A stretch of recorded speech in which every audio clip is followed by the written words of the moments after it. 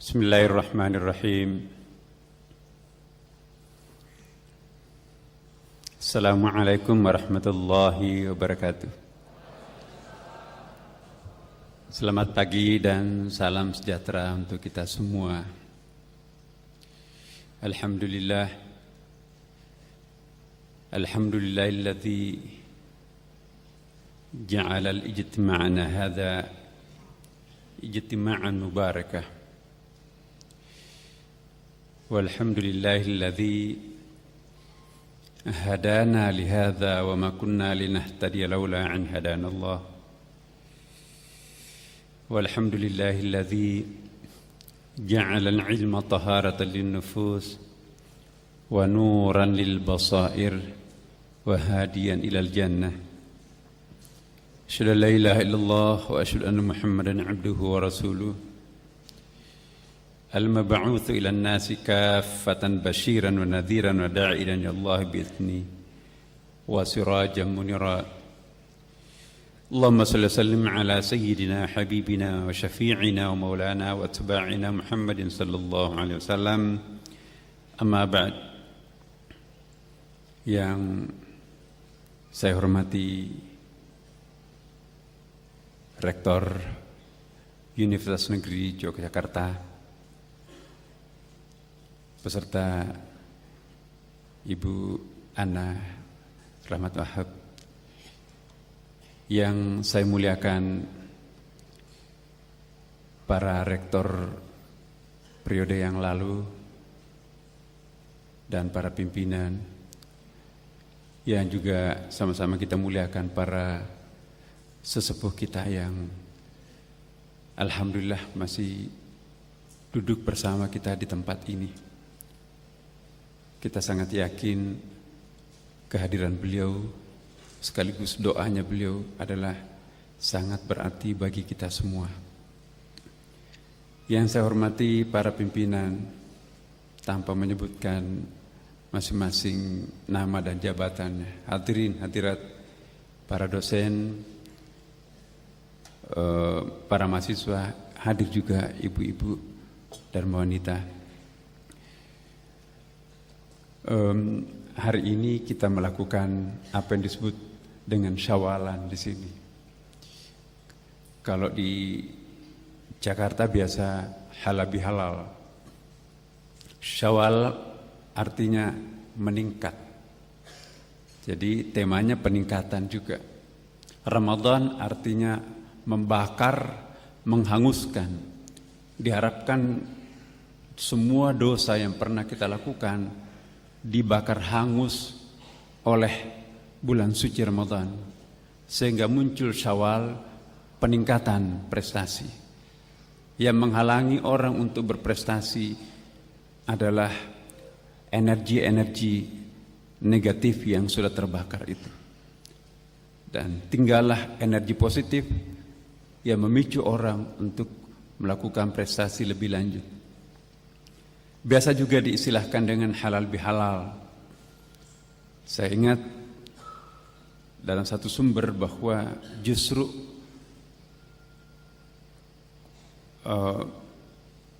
halal bihalal itu lahir di Jogja ini, Bapak Ibu sekalian. Ketika tahun 1945 anak-anak masjid Kauman melakukan sayembara. Seperti apa kita merayakan kegembiraan kita pada hari ini? Satu sisi kita bisa berhasil melawan hawa nafsu, berpuasa sebulan penuh, tradisinya saling memaafkan. Karena dosa langit sudah terampuni, tidak ada artinya kalau dosa bumi ini tidak saling memaafkan satu sama lain. Jadi tanda syukur atas kemenangan itu halal yang pertama. Tapi kemerdekaan diperaih juga pada tahun 1945. Bagaimana memaafkan seluruh saudara-saudara kita yang mungkin pernah menjadi penjahat perang, mata-mata Belanda dan sebagainya. Pokoknya tutup lembaran hitam sesama warga bangsa, sesama warga Jogja. Mari kita saling memaafkan. Itulah halal yang kedua. Jadi halal bihalal ini adalah bahasa Arab yang orang Arab tidak tahu artinya. Sering ditanya, apa itu halal bihalal? dari struktur nahwu sarafnya itu mestinya al-haramu bil halal atau sebaliknya. Tapi alhamdulillah ini sudah menjadi salah satu ekspor di kauman ini, sampai di Brunei juga, sampai ke Malaysia itu sudah menggunakan juga istilah halal bihalal. Tapi syawalan juga tidak kalah pentingnya Bapak Ibu sekalian, karena itu meningkatkan. Biasa juga dengan silaturahim. Intinya syawalan dan halal bihalal itu adalah silaturahim. Silaturahim dalam Islam itu tentu bukan hanya kita sesama umat Islam, tapi kita umat manusia. Walaqad karramna bani Adam. Allah memuliakan semua anak cucu Adam. Tidak dikatakan walaqad karramnal muslimun. Jadi siapapun yang merasa anak cucu Adam, apapun agamanya, apapun etniknya, apapun keluarga negaraannya, wajib hukumnya untuk kita memuliakan mereka. Itu perintah Allah. Jadi ukhuwah Islamiyah itu memang penting. Tetapi paralel dengan itu adalah ukhuwah basyariyah, dan lebih khas ukhuwah wataniyah yang kita kenal dalam Al-Quran, innamal mu'minuna ikhwah. Sesungguhnya orang-orang yang memiliki keimanan, orang-orang yang beriman itu bersaudara. Tidak kita temukan innamal muslimuna ikhwah, sesungguhnya orang-orang Islam itu bersaudara. Tapi orang-orang yang mempunyai iman, orang yang beriman itu bersaudara. Seperti apa imannya? Iman itu urusannya Allah Subhanahu wa taala, Tuhan yang Maha Esa. Jadi silaturahim seperti ini amat sangat mulia. Dan saya kira ini bukan hanya tradisinya umat Islam, tapi juga umat agama lain. Silaturahim ini adalah luar biasa. Silah artinya to connect. Jadi negatif positif ini nyambung, menyalalah lampu ini, kita jadi terang di sini. Itu namanya silah. Jadi dalam bahasa Arab istiqaqul kabir itu seakar kata juga nanti dengan salat itu. Salat mustaq, ya, istiqaqul kabir dalam ilmu bahasa Arab. Karena itu kalau kita lihat di dalam Al-Qur'an Bapak Ibu sekalian, justru yang perlu untuk melakukan silaturahim itu bukan hanya untuk sesama orang, sesama umat dan sesama manusia. Ya. Nanti saya akan jelaskan sedikit sesuai dengan kesederhanaan kemampuan saya. Justru yang mendapatkan tekanan dalam Quran ialah silaturahim dengan orang yang sudah wafat. Silaturahim dengan orang yang masih hidup itu seperti yang disampaikan Pak Rektor tadi, itu bisa melalui WA. Saya kira Bapak Ibu, handphone kita itu paling sedikit tidak ada di bawah 100 tuh saya kira. Bahkan mungkin Pak Rektor itu ribuan itu. Selamat Hari Raya Idul Fitri. Mohon maaf lahir dan batin. Entah di Amerika sahabatnya Pak Rektor atau siapa. Jadi orang-orang hidup itu gampang melakukan hubungan silaturahim. Ya. Tetapi yang seringkali kita lupakan ialah silaturahim dengan orang-orang keluarga-keluarga kita yang sudah wafat. Kematian bukan penghalang untuk bersilaturahim. Dalam Al-Quran disebutkan, innallaha wa malaikatahu yusalluna. Sesungguhnya Allah dan para malaikatnya yusalluna. Jadi kata sholla itu seakar kata juga dengan silah tadi itu, dengan istiqaqul kabirnya. Sesungguhnya Allah dan para malaikatnya yusalluna itu menggunakan fi'il mudhari'. Fi'il mudhari' itu tensisnya present and future. Jadi sesungguhnya Allah sudah, sedang, dan terus berselawat, bersilaturahim dengan Nabi Muhammad sallallahu alaihi wasallam. Bukan sampai di situ, ada fi'il amr belakangannya. Ya ayyuhalladzina amanu, wahai orang-orang yang beriman, sallu, bersilaturahimlah. Berselawatlah ala Nabi dengan Nabi Muhammad sallallahu alaihi wasallam. Nabi Muhammad 14 abad yang lampau wafat. Tidak mungkin seandainya itu enggak ada efeknya untuk kita. Allah akan memerintahkan untuk silaturahim dengan orang yang sudah wafat seperti itu. Di dalam Al-Quran banyak sekali ayat yang bisa dihubungkan dengan silaturahim dengan orang yang mendahului kita. Hadis Bukhari Muslim bagi kita yang sunni tahu betul bahwa idza mata ibnu Adam in qata'a amaluhu illa min salas. Apabila anak cucu Adam itu wafat, in qata'a, terputuslah. Jadi in qata'a itu kebalikan daripada silah. In qata'a amaluhu, maka itu terputuslah amal kebajikan. Illa min salas, kecuali 3. Waladun salih yad'u lahu. Di situ tidak dikatakan ibnun atau binton. Al-walad di dalam bahasa Arab itu bukan hanya anak biologis, tapi juga anak-anak intelektual. Pak Rektor sudah menandatangani ribuan ijazah. Itu anak-anak intelektualnya Bapak Ibu para dosen, luar biasa. Junior kita yang pernah kita besarkan. Ya. Jadi Bapak Ibu yang tidak punya anak, tapi punya junior, punya anak-anak spiritual, jangan khawatir. Al-walad hunaka, kata walad itu adalah insya Allah dapat juga efek.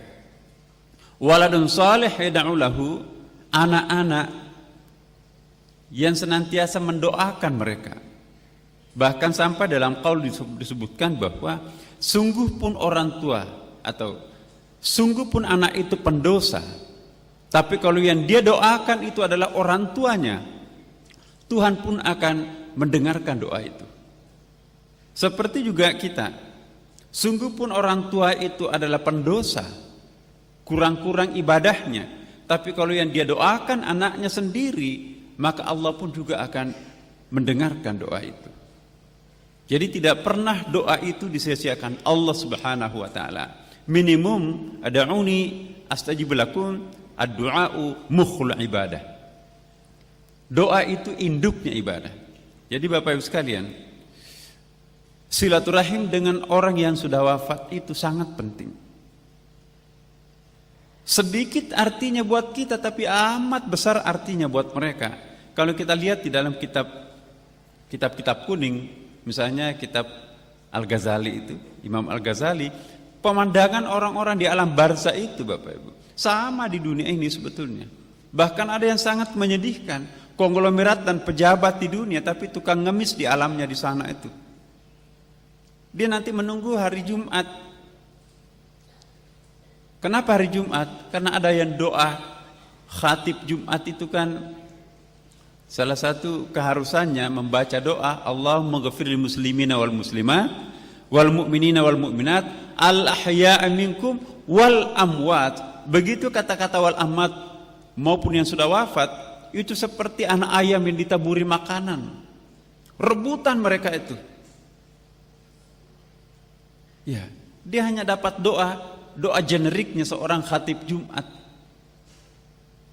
Ada yang santai, Bapak Ibu kok nggak ikut rebutan? Saya nggak perlu rebutan.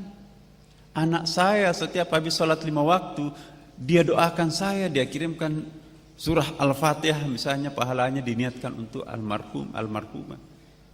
Tidak lama kemudian juga ikut rebutan. Loh Bapak ikut rebutan? Anak yang mendoakan saya selama ini meninggal, tapi cucu-cucu saya mungkin sekolahnya di luar negeri, itu enggak tahu lagi apa itu doa itu. Salah satu ciri anak soleh menurut hadis Nabi, waladun saleh yakni yad'u lahu. Anak soleh ialah yang rajin mendoakan, terutama orang matinya. Orang yang malas mendoakan orang matinya, kelak kalau dia sudah wafat akan malas didoakan oleh orang hidupnya. Jadi inilah silaturahim. Banyak sekali hadisnya, ayatnya menganjurkan kita untuk silaturahim dengan orang kita di sana. Sebab orang-orang baik itu sesungguhnya menurut Quran, wala tasabannal ladzina qutilu fi sabilillah, Jangan kalian mengira bahwa orang-orang yang meninggal ya di jalan Allah itu sudah wafat. Sesungguhnya tidak. Balhum ahya, mereka itu tetap hidup. Seperti tadi Nabi Muhammad saya ceritakan, maka itu kita tidak pernah mengatakan almarhum Nabi Muhammad, al-maghfurlah Nabi Muhammad, enggak pernah. Karena hadis Nabi mengatakan dalam Bukhari Muslim, siapa yang menyebutkan selawat atau berselawat denganku, aku tahu siapa itu. Dan aku akan memberikan syafaat nanti di hari kiamat. Itu hadis riwayat Bukhari Muslim. Bahkan jika ada yang bermimpi melihat diriku dalam mimpi, aku sesungguhnya dilihat. Satu-satunya wajah yang tidak bisa dipalsukan oleh iblis adalah wajahku, menurut hadis Bukhari Muslim. Hadirin yang saya muliakan, silaturahim juga Bapak Ibu diajarkan oleh Rasulullah SAW, bukan hanya silaturahim dengan sesama manusia, tetapi makhluk benda mati. Dalam Al-Quran tidak ada istilah benda mati Bapak Ibu. Yusabbihu lahus samawati sab' wal ard wa man fihinna, bertasbih apa yang ada di langit dan di bumi. Walakin la ta'lamuna tasbihahum, hanya kita yang tidak tahu bagaimana tasbihnya mereka. Karena itu Rasulullah SAW selalu menunjukkan bahwa silaturahim ini dengan alam. Satu contoh, saya berdiri di mimbar ini, saya ingat dalam sebuah hadis, ada 5 hadisnya tentang mimbar ini Bapak Ibu sekalian. Ada seorang ibu termasuk kaya di Madinah. Ya Rasulullah, boleh enggak saya gantikan mimbar itu? Masa mimbar lama dipakai masih batang batang kurma, pelepah kurma. Kata Rasulullah, boleh. Beberapa hari kemudian, hari Jumat Ibu, Bapak, datanglah budaknya yang kebetulan tukang kayu itu menggendong mimbar kayu. Dan Rasulullah mengapresiasi kreasi sahabat itu. Ya. Lalu dibongkar seketika itu juga mimbar bekas itu, ditaruhlah di depan. Karena di sini sudah penuh saf. Alangkah kagetnya seluruh jamaah karena mendengarkan suara isak tangis. Kata Rasulullah, kalian kaget kan? Mendengarkan dari mana isak tangis itu? Di situ enggak ada orang. Yang menangis itu adalah bekas mimbar. Masih ingin aku duduki menyampaikan wahyu, tapi sudah harus diafkir, diganti oleh mimbar baru. Lalu Rasulullah pergi menghampiri onggokan bekas mimbar itu. Ya, agak tertunda salat Jumat. Wahai sahabatku, apa yang engkau minta? Maukah aku tanam engkau dan mendoa kepada Allah, kamu hidup dan memberi makan orang, atau nanti kamu akan hidup di surga, memberi buahmu dimakan oleh para penghuni surga? Mungkin jawabannya bisik-bisik, enggak kedengaran di saf pertama ini. Sahabat bertanya, ya Rasulullah, jawabannya apa? Kata Rasulullah, dia lebih memilih untuk memberi makan para penghuni surga. Sahabat yang bertanya tadi, sepulang salat Jumat, selesai salat Jumat, dia gendong bekas mimbar itu pulang ke rumahnya.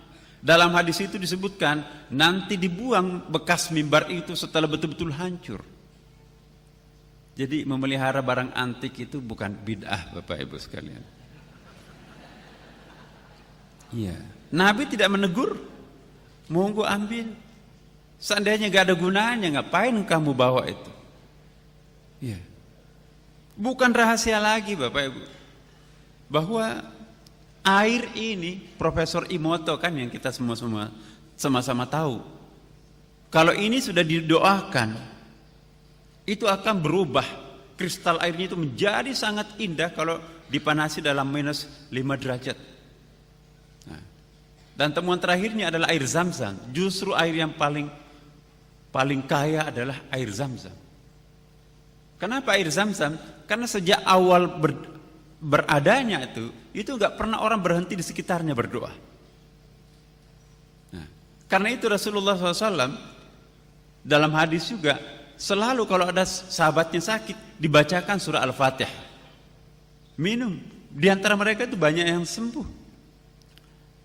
Saya punya pengalaman ini true story Bapak Ibu sekalian. Ketika saya masih tugas di Amerika ya, di jamaah kami di situ di Washington, 13 tahun cuci darah Ibu. Ya. Terus nekat mau haji, dilarang dokternya. Pak, kami tidak tanggung jawab. Kamu nggak boleh pergi bepergian jauh-jauh, apalagi Mekah. Nggak apa-apa kalau mati syahid. Wah, nekat juga ini. Dikasihlah rekomendasi, kamu harus cuci darah 3 kali kalau di Mekah. Pasti energinya keluar banyak, berdesak-desakan segala macam. Hanya 6 kali cuci darah selama di Mekah hampir 1 bulan Bapak Ibu sekalian. 1 bulan setelah kembali di Amerika, ditelepon dokternya. Loh, kok kenapa nggak pernah ke rumah sakit cuci darah? Saya tidak perlu cuci darah. Dokternya yang datang, ada apa? Ya. Dites Bapak Ibu, leukemianya habis total, sembuh.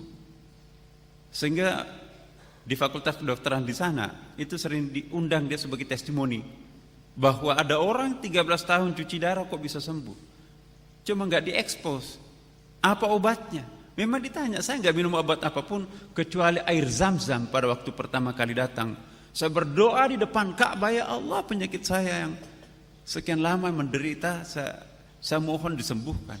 Menangis-nangis depan pintu Ka'bah saya berdoa dengan air zam-zam itu. Saya merasakan ada keajaiban di situ. Nah, jadi silaturahim dengan benda mati itu sama dengan benda hidup Bapak Ibu sekalian. Ketika Rasulullah, seorang ibu memanggil, ya Rasulullah doakan aku nak, karena nenek ya. Alangkah kagetnya seorang ibu setelah doanya habis, amin, ramai sekali. Sang nenek, loh kok banyak yang aminkan doa kita, padahal kita cuma berdoa di sini. Kata Rasulullah, ini hadis, yang mendoakan adalah tembok-tembok yang di sekitar kita ini juga mengaminkan doa kita. Subhanallah. Dalam hadis juga Rasulullah memperdengarkan. Coba pernah nggak mendengarkan tasbihnya pasir? Nggak pernah. Diambillah pasir itu, taruh di tangannya Abu Bakar. Dia dengarkan. Kayak istilah hadisnya itu seperti bunyi lebah. Nah, lalu pasir itu dipindahkan ke tangannya Umar, tangannya Utsman. Dia dengarkan. Oh iya ya, kok bisa berbunyi? Jadi semua bertasbih Bapak Ibu. Apalagi tumbuh-tumbuhan Bapak. Penelitian jurnal ilmiah di Jepang. Ternyata kembang anggrek yang dipelihara oleh tuan dan nyonyanya itu jauh lebih indah kelihatan warnanya ketimbang tukang kebun. Kenapa? Karena kalau tukang kebun yang memelihara itu hanya penting gajinya setiap bulan lah. Mungkin nggak ada rasa di situ. Tapi kalau tuan dan nyonya kan tidak perlu honor di situ. Tapi betul-betul cinta di situ. Jadi anggrek pun kalau dipelihara oleh tuan dan nyonya dengan keikhlasan, itu mampu menampilkan wajah yang sangat cantik. Ya. Apalagi kalau bayi, jangan hanya dibesarkan oleh babysitternya, ya kan? Bagaimana bisa berakhlakul karimah kalau anak itu adalah merupakan anak pembantu kita? Kembang pun juga bisa menampilkan yang terbaiknya kalau diasuh oleh perasaan. Ini silaturahim Bapak. Pelepah korma ketika Nabi lewat di makam Baqi di Madinah itu Bapak Ibu, samping masjid. Tiba-tiba Nabi berhenti di makam. Sahabat, ya Rasulullah, kenapa engkau berhenti di situ ya Rasulullah? Ini makam baru dua ini. Ini punya siapa? Oh, pemuda dua pemuda di tempat ini, di Madinah ini. Kenapa Rasulullah? Ini kasihan ini. Merintih kesakitan, disiksa di alam barzah ini. Yang satu ini disiksa karena tidak bersih ketika ia buang air. Yang satu ini disiksa karena senang sekali melihat orang lain menderita dan menderita melihat orang lain bahagia. Provokator. Lalu Rasulullah mengambil sepotong setangkai pohon, ditancapkan ke atas makam itu. Kata Rasulullah dalam hadis, sepanjang tangkai pohon ini segar, maka sepanjang itu akan diringankan siksaan orang di bawahnya. Itu hadis tuh. Apakah pohon itu berdoa atau Allahu a'lam. Karena hadis Nabi mengatakan sepanjang ini segar, sepanjang itu akan diringankan siksaannya per penghuni makam ini. Subhanallah. Dan dalam Al-Quran sendiri Bapak Ibu sekalian, kita diajari oleh Nabi Musa sendiri berguru kepada sebuah pohon. Ya. Kalau Bapak membuka Al-Quran, surah Al-Qasas ayat 30. Di situ ada ayat, falamma ataha nudiya min syatil wadi al-ayman fil baq'ah al-mubarakah minasy syajarah. Ayya Musa inni anallah rabbul alamin. Jadi ketika Nabi Musa itu tersesat jalan ya, mau kemana tapi nggak tahu, tiba-tiba melihat ada perapian di situ. Jangan-jangan di situ ada kehidupan, karena waktu itu mungkin musim dingin. Dia janjikan kepada istrinya, mudah-mudahan ada jalan keluar daripada ketersesatan ini. Tiba-tiba dia dipanggil oleh sebuah pohon, ada suara-suara pohon itu. Lalu disitulah pohon itu menyuarakan sesuatu kepada Nabi Musa. Jadi pohon itu kalau kita akrab dengannya, sesungguhnya dia juga bisa menampilkan sesuatu yang terbaiknya. Ini mungkin sesuatu yang tidak masuk akal Bapak Ibu sekalian, tapi ini hadis. Saya baru-baru ini studi banding di beberapa pengarang kitab tafsir, karena disiplin saya adalah kitab tafsir. Salah seorang ulama besar, Syekh Tabatabai, yang kitab tafsirnya banyak dipakai di pondok pesantren, memang sangat bagus. Ya. Saya diperlihatkan inilah kamarnya Syekh waktu menulis kitab tafsir Tabatabai ini. Terus ada muridnya yang masih hidup Bapak Ibu, diceritakan kami pernah ada keajaiban di tempat ini Pak. Ada satu ayat kami tidak tahu artinya apa, kami tidak tahu penjelasannya apa, tapi Syekh Tabatabai encer menulis. Keesokan harinya saya tanya, Syekh ini dari mana dapat informasi ini? Kita sudah buka di beberapa kitab tafsir, nggak ada penjelasan. Kata Syekh Tabatabai, yang mengajari saya tentang penjelasan ayat ini adalah ranting pohon yang menjulur ke kamar saya ini. Persis di depan jendelanya itu ada pohon Bapak Ibu. Dia didiktekan maknanya ayat itu oleh pohon itu. Tidak lama setelah Tabatabai meninggal, pohon itu juga mati tanpa ditebang. Allahu a'lam. Dalam ayat banyak asy-syajarah. Binatang juga Bapak Ibu sekalian, silaturahim. Nabi mencontohkan. Satu saat Rasulullah pergi belusukan ke kabilah-kabilah daerah-daerah. Tiba-tiba ia dipanggil oleh oleh seekor gazal. Gazal itu apa? Kijang. Ya Rasulullah, minta tolong dilepaskan ikatan tali di leher saya ini. Ini hadis Bapak Ibu. Kenapa? Saya baru melahirkan beberapa ekor anak, tapi ditangkap oleh yang punya kemah ini. Kebetulan penghuni kemahnya entah kemana, kosong tuh. Kata Rasulullah, saya tidak punya hak untuk melepaskan tali ikatan yang ada di lehermu, karena engkau sudah dimiliki oleh orang yang punya kemah. Saya berjanji Rasulullah, sebentar saja. Anak saya sedang kelaparan sekarang ini. Saya berjanji akan segera kembali setelah saya menyusui mereka. Lalu Rasulullah iba, dia buka. Larilah sekencang-kencangnya, dan Rasulullah menunggu di tempat itu. Tidak lama setelah itu, datanglah kijang itu. Dalam redaksi hadisnya, dalam keadaan padang pasir itu berdebu, saking kencangnya ini. Dalam keadaan susunya sudah kempes. Kata sang kijang, tolong ikatkan kembali tali itu ke leher saya Rasulullah.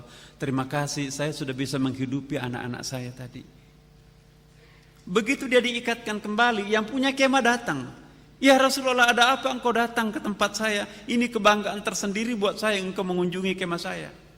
Kalau engkau ingin mengambil kijang itu, ambil, banyak kijang di sini, saya bisa tangkap. Oh, enggak apa-apa, ini untukmu, kamu kan rezekimu. Tidak Rasulullah, betul, satu kebanggaan kalau engkau mengambil pemberian saya. Lalu Rasulullah mengambil kijang itu. Di balik bukit, Nabi berhenti, dia membuka tali pengikat leher kijang itu. Dia elus-elus, wahai sahabatku, pergilah engkau membesarkan anak-anakmu.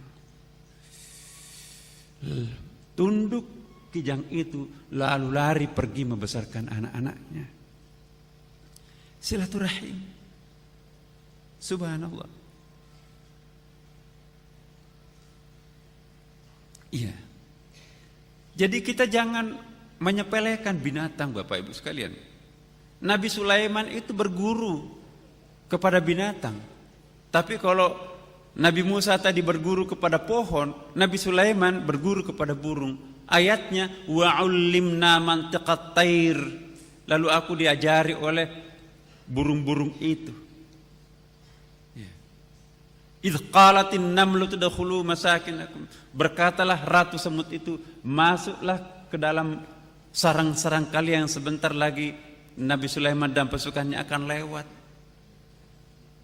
Ya. Subhanallah.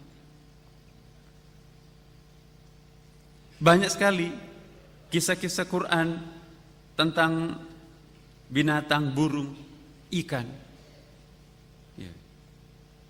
Nabi Yunus diselamatkan oleh ikan. Maka itu dalam surah Nun situ. Hadirin yang saya muliakan, sebetulnya manusia sebagai makhluk mikrokosmos itu juga perlu mencontoh bagaimana perilaku makrokosmos. Alam raya ini juga di dalam Al-Quran disebutkan itu pasangan hidup. Likulli syai'in khalaqna zawjaini, itu kata Quran. Segala sesuatu itu diciptakan berpasang-pasangan. Jadi ada perkawinan makrokosmos, ada perkawinan mikrokosmos.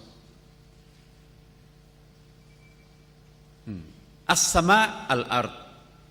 Langit adalah sang suami. Itu menarik sekali bukunya Ibnu Arabi itu disebutkan. Langit itu adalah suami, bumi ini adalah istri. Ketika sang suami akan berhubungan intim, maka diawali dengan mula'abah. Ada guntur, ada kilat, ada mendung, baru orgasme. Orgasmenya juga sama, mikrokosmos, ditandai juga dengan keluarnya cairan berupa hujan, masuk ke rahim ibu pertiwi, kemudian lahirlah anak-anak alam raya dalam bentuk pohon ini. Jadi mematahkan ranting pohon tanpa alasan, tanpa basmalah, jangan lupa, ada bapak kandungnya yang marah, ada ibu kandungnya juga yang marah. Kalau orang faham silaturahim dengan alam raya, maka kita tidak akan melakukan perbuatan semena-mena. Makanya itu Rasulullah mengatakan, jangan melakukan apapun termasuk menyembelih, menebang pohon, kecuali membaca Bismillahirrahmanirrahim. Kapasitas kita sebagai khalifah, representatif Allah Subhanahu wa taala, bisa melakukan pemotongan tapi Bismillahirrahmanirrahim. Apa artinya Bismillahirrahmanirrahim? Atas nama Allah yang Maha Pengasih lagi Maha Penyayang. In the name of God.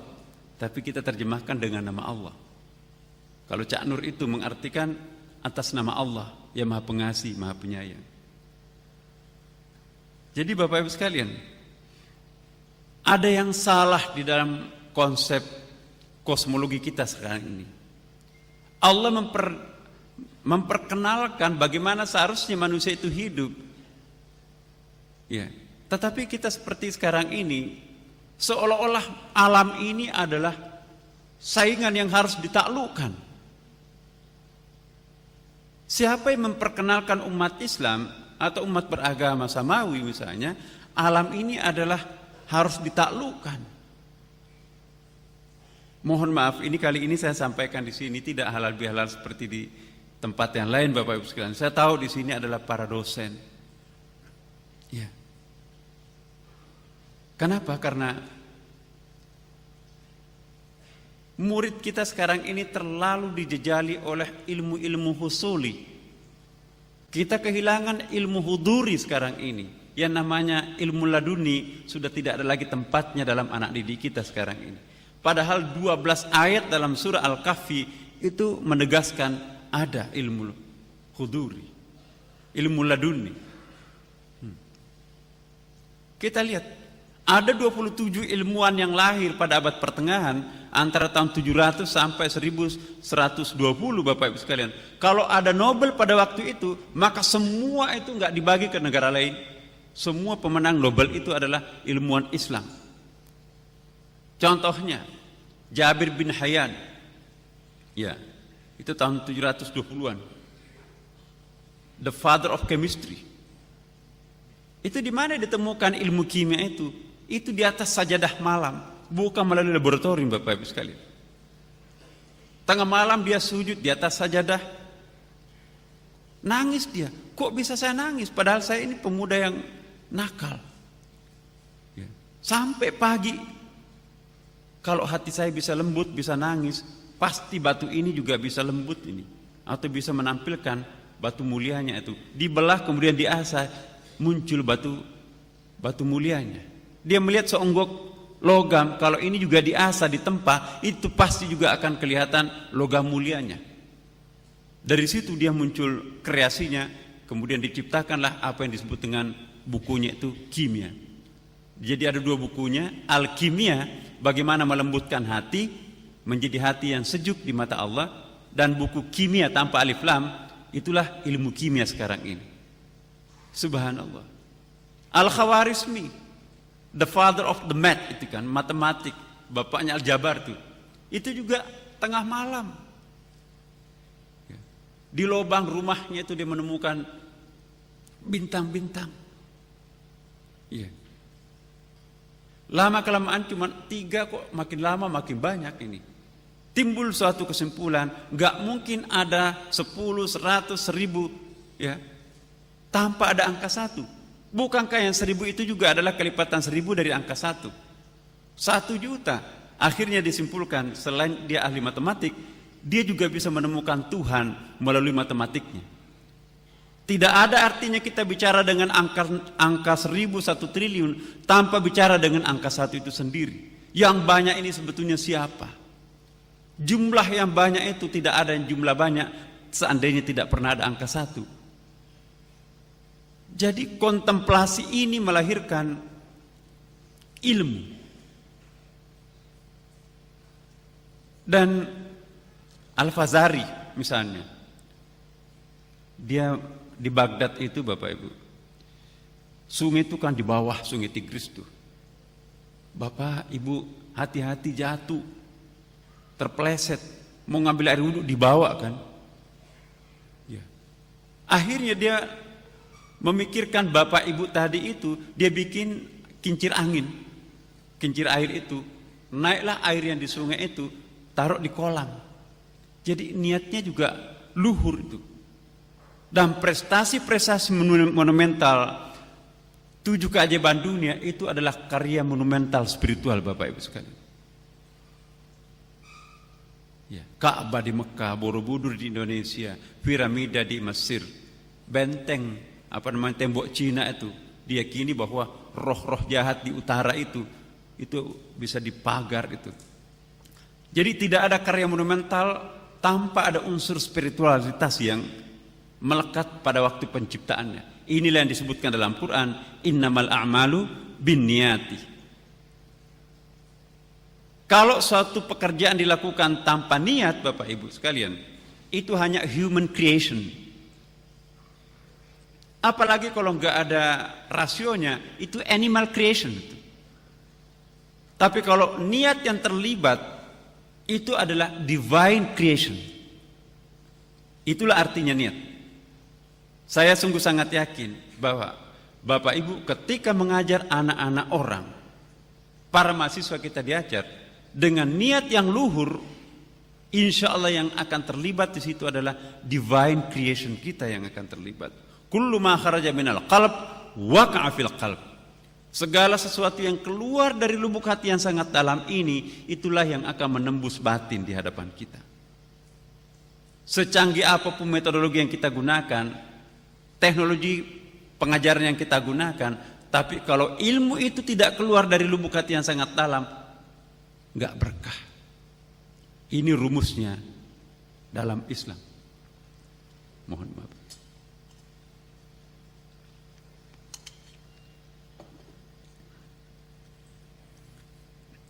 Bapak Ibu sekalian, Ar-Razi, kamu seorang dokter,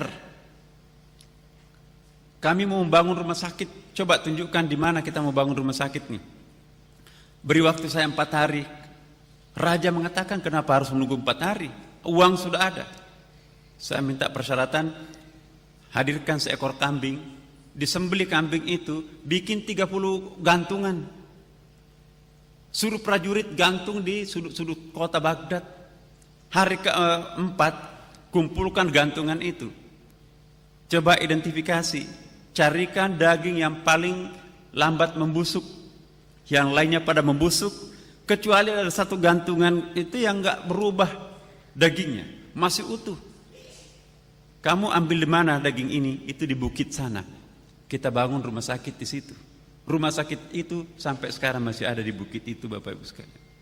Kalau membangun rumah sakit di daging cepat membusuk, apa jadinya? Ini 1200 tahun yang lampau. Ya. Luar biasa Bapak Ibu sekalian. Ibnu Rushd nih, di pagi hari dia spesialis ahli bedah. Sudah diterjemahkan bukunya. Ya, Kitabut Tib itu. Tapi siang dia menjadi seorang filosof. Dia menulis buku yang mengkritik Plato dan mengkritik juga membalas kritikannya Al-Ghazali, Tahafut. Tapi di sore hari dia qadhi. Dia menulis Bidayatul Mujtahid, fikih perbandingan mazhab yang luar biasa komprehensifnya. Di malam hari dia seorang sufi menulis sebuah kitab tasawuf. Sepertinya kita pernah nggak membayangkan seorang penulis buku tasawuf ini adalah seorang ahli filsafat. Pribadi utuh seperti ini belajarnya seperti apa Bapak Ibu sekalian? Terungkap rahasia mereka. Ada satu kitab namanya 2 jilid Bu, Bapak. Jami' Karamatul Aulia, karangan Syekh Yusuf Nabhani. Di situ dikoleksi 495 wali. Mohon maaf, nggak ada wali Songo di situ. Mungkin belum masuk di situ ya. Yang menarik buku itu adalah alangkah miskinnya seorang murid, seorang mahasiswa, kalau gurunya hanya orang-orang hidup. Dalam sekali ini. Apa maksudnya? Ternyata Bapak Ibu sekalian, nama-nama besar yang saya sebutkan tadi ini, ada 27 orang itu, guru mereka itu sedikit sekali orang hidup. Kebanyakan mereka itu adalah orang-orang yang berjarak jauh, hadir. Contohnya, yang populer di Indonesia Imam Al-Ghazali. Diprotes, ya Imam, kok kenapa ya? Banyak hadis di sini saya nggak pernah lihat dalam kitab hadis. Ya walad, saya tidak pernah menulis satu hadis pun dalam kitab Ihya Ulumuddin tanpa saya konfirmasi dulu kepada Nabi. Ya Rasulullah, benar enggak ini dari engkau? Sebelum Rasulullah ngangguk, iya, saya tidak mencatat dalam Ihya Ulumuddin. Rasulullah wafat 622, Al-Ghazali wafat tahun 1111. Dia menulis Ihya Ulumuddin di atas puncak menara masjid. Di situ enggak ada komputer, internet, enggak ada perpustakaan. Imam Syafi'i menulis Kitabul malam hari di kampung, di desa, nggak ada gurunya di situ. Ya. Dan ternyata hampir semua ulama-ulama besar itu belajarnya langsung kepada Rasulullah SAW, atau junior belajar kepada seniornya yang 200 tahun, 300 tahun wafat. Yang lebih seru lagi, Ibnu Arabi itu dalam biografinya disebutkan, aku bermimpi menjumpai Rasulullah dia pegang satu buku. Tiba-tiba buku itu, khudh, ambillah buku ini. Judulnya, khudh hadzal kitab fususul hikam. Ambillah buku ini, judulnya fususul hikam. Itu muncul ketika ditanya oleh muridnya, ini buku aneh ini. Hari ini saya baca redaksi yang sama, keesokan harinya saya baca redaksi yang sama juga, inspirasi yang baru muncul. Ini buku aneh ini, 1 jilid. Itu bukan buku saya, pemberian Rasulullah SAW. Iya. Coba bayangkan. Orang-orang dulu belajar itu, belajar ke pohon, belajar ke burung, belajar ke ikan, belajar ke laut. Ini dianggap apa ya? Mitos, mistik, bid'ah. Subhanallah. Nah, salah satu tantangan kita sekarang ini Bapak Ibu sekalian, bagaimana menghidupkan kembali ilmu-ilmu laduni ini. Dasarnya Qur'annya ada. Ilmuwan 27 orang itu nggak punya laboratorium satupun. Belakangan laboratoriumnya baru muncul. Nasiruddin At-Tusi misalnya, fisikawan itu. Belakangan baru bikin laboratorium. Tapi the first inspiration itu adalah ada pada saat salat tahajud itu. Maka itu Imam Syafi'i mengatakan, man talabal ula syahiral layali. Barang siapa yang ingin menemukan ketinggian, peningkatan, hendaklah banyak begadang di waktu malam, tapi bukan main game, bukan main kartu, salat tahajud. Subhanallah. Bagian terakhir Bapak Ibu sekalian saya ingin sampaikan, silaturahim ini sangat-sangat penting. Ya. Apalagi kita diajari oleh Rasulullah tadi itu, kullu ma kharaja minal qalb waqa'a fil qalb. Kalau hati nurani ini bicara Bapak Ibu sekalian, itulah nanti yang akan menembus batin anak-anak didik kita. Saya ingin jujur bertanya kepada kita semua termasuk saya, kata-kata siapa yang paling tidak pernah kita lupakan dalam hidup ini? Bahasanya ibu. Ibu saya nggak tamat SD, pelosok desa di sana. Saya kemana-mana belajar. Tapi kata-kata yang mengiang di benak saya, bahasanya orang yang tidak tamat SD. Kenapa? Dia melukis batin saya dengan batinnya sendiri. Karena itu, Bapak Ibu sekalian, rahasianya Iqra di situ. Mengapa Jibril mengatakan Iqra, Iqra, Iqra, Iqra bismi rabbik? Enggak pernah dibahas. Belakangan dibahas oleh tafsir Isyari. Iqra yang pertama adalah how to read. Bagaimana membaca. Dapat pahala satu huruf 10 pahala kalau Ramadan kan. Alif Lam Mim 30 pahala. Kalau hafal Quran itu Iqra pertama itu. Iqra yang kedua adalah how to think. How to learn. Bagaimana mendalami arti yang kita baca itu. Iqra yang ketiga adalah how to understand. Bagaimana menghayati apa yang kita fahami itu. Dan Iqra yang keempat adalah Iqra bismi rabbikal ladzi khalaq. How to meditate. Bagaimana apa itu namanya itu? Meresapi. Nah, sekarang pertanyaannya, kita Iqra keberapa ini?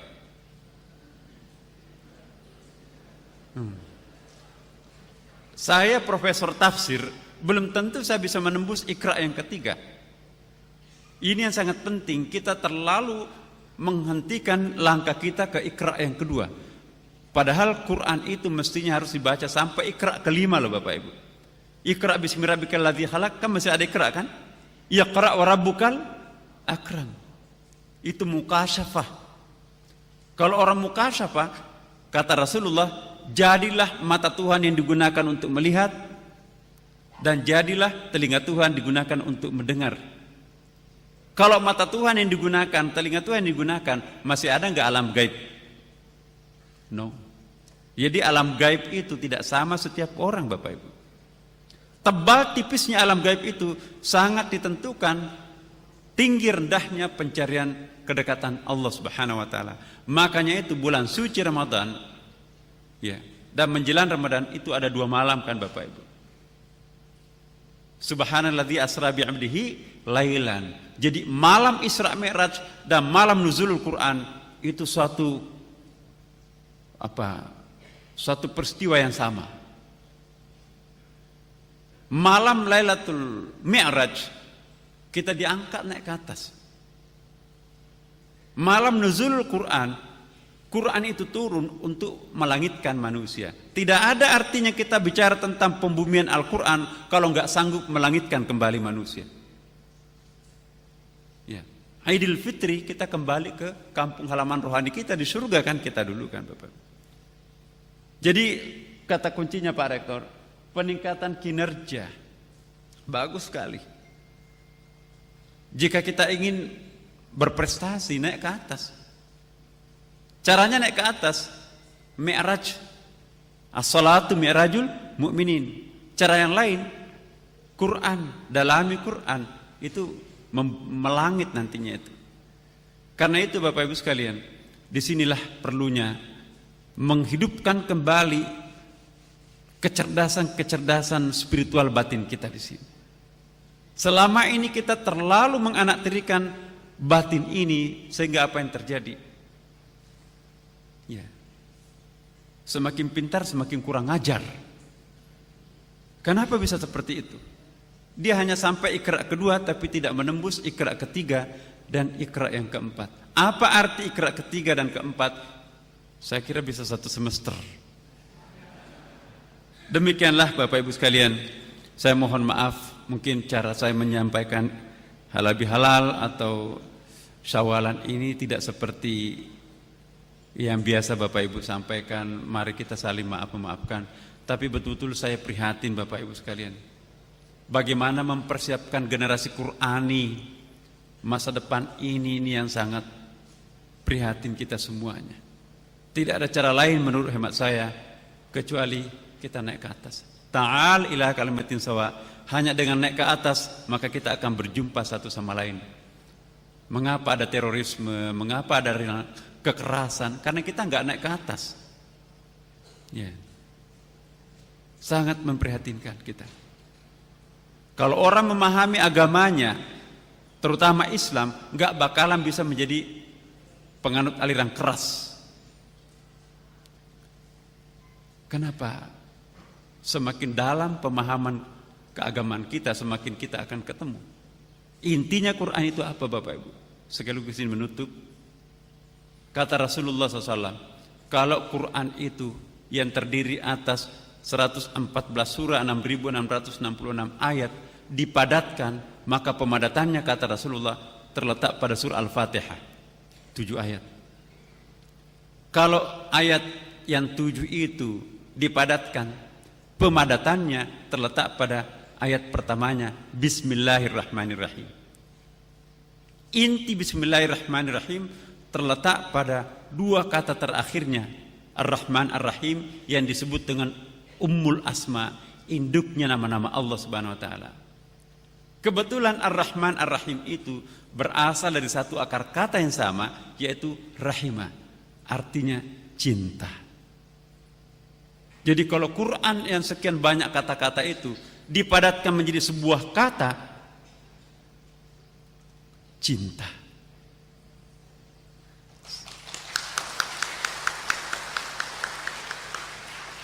Mari kita berdoa Bapak Ibu sekalian, semoga kita mendapatkan intisari Quran, cinta ini dengan pertama-tama ya, mari kita berdoa dengan bil lisanil hal. Ada doa, ad-du'a bil lisanil maqal, ad-du'a bil lisanil hal, ad-du'a bil lisanil isti'dad. Mari kita berdoa kualitas lisanil hal. Kalau belum mampu kita menjadi berdoa dengan lisanul isti'dad. Kita hayati Bapak Ibu sekalian. Ala hadhihi niyyah kullu niyatin salih. Al-Fatihah. A'udzu billahi minasyaitonir rajim. Bismillahirrahmanirrahim. Alhamdulillahi rabbil alamin arrahmanir rahim maliki yaumiddin. Iyyaka na'budu wa iyyaka nasta'in ihdinas siratal mustaqim. Siratal ladzina an'amta 'alaihim ghairil maghdubi 'alaihim waladdallin. Ya Allah, ya Tuhan kami, Engkau Maha menyaksikan. Saksikanlah, inilah kami para hamba-Mu pada pagi hari ini bersimpuh di hadapan-Mu. Tiada lain harapan kami semuanya di sini kecuali memohon ridha-Mu, memohon bimbingan-Mu, memohon tuntunan-Mu,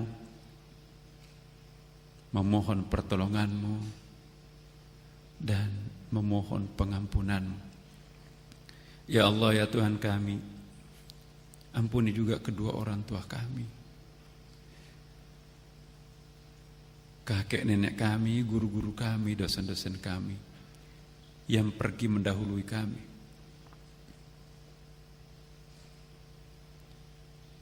Ya Allah, ya Tuhan kami, ampuni juga keluarga terdekat kami, anak-anak kami, saudara kami.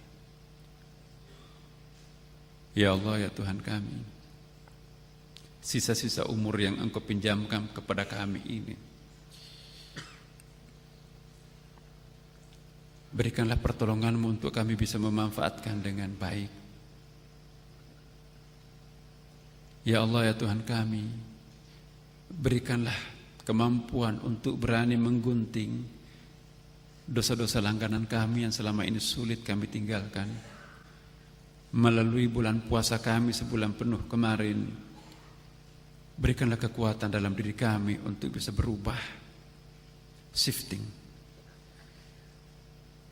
Sungguh nikmat hidup di dalam kedekatan diri ini denganmu ya Allah.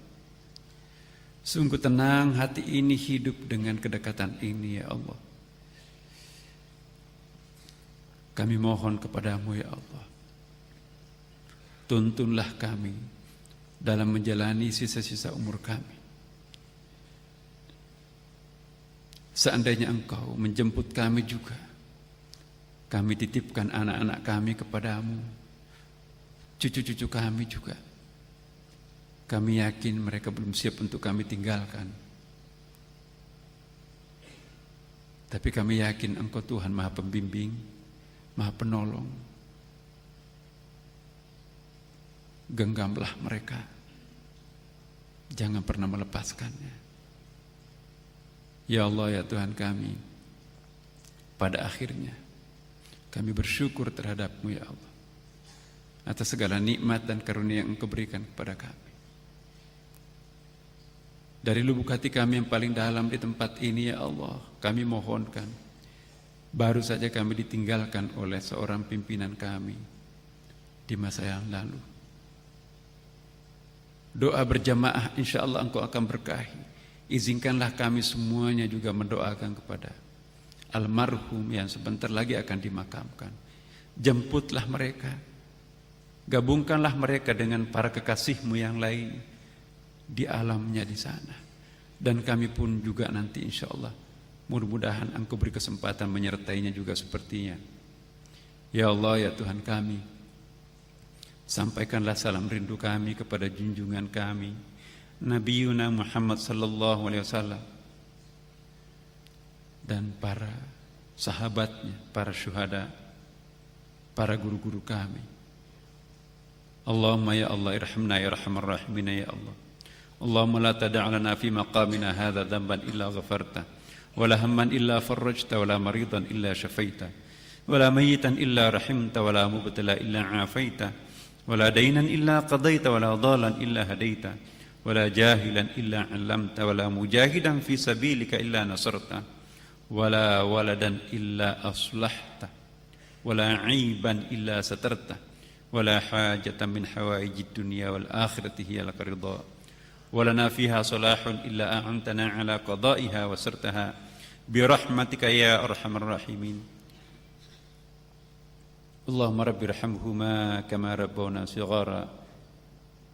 Rabbana atina fid dunya hasanah wa fil akhirati hasanah wa qina adzaban nar wa adkhilnal jannata ma'al abrari aziz ya ghaffar ya rabbal alamin. Wa sallallahu ala sayyidina habibina Muhammadin sallallahu alaihi wasallam wa ala alihi wa sahbihi wasallam. Subhana rabbika rabbil izzati amma yasifun wa salamun alal mursalin walhamdulillahi rabbil alamin. Demikian Bapak Ibu sekalian, mohon maaf segala kekurangan saya. Wassalamualaikum warahmatullahi wabarakatuh.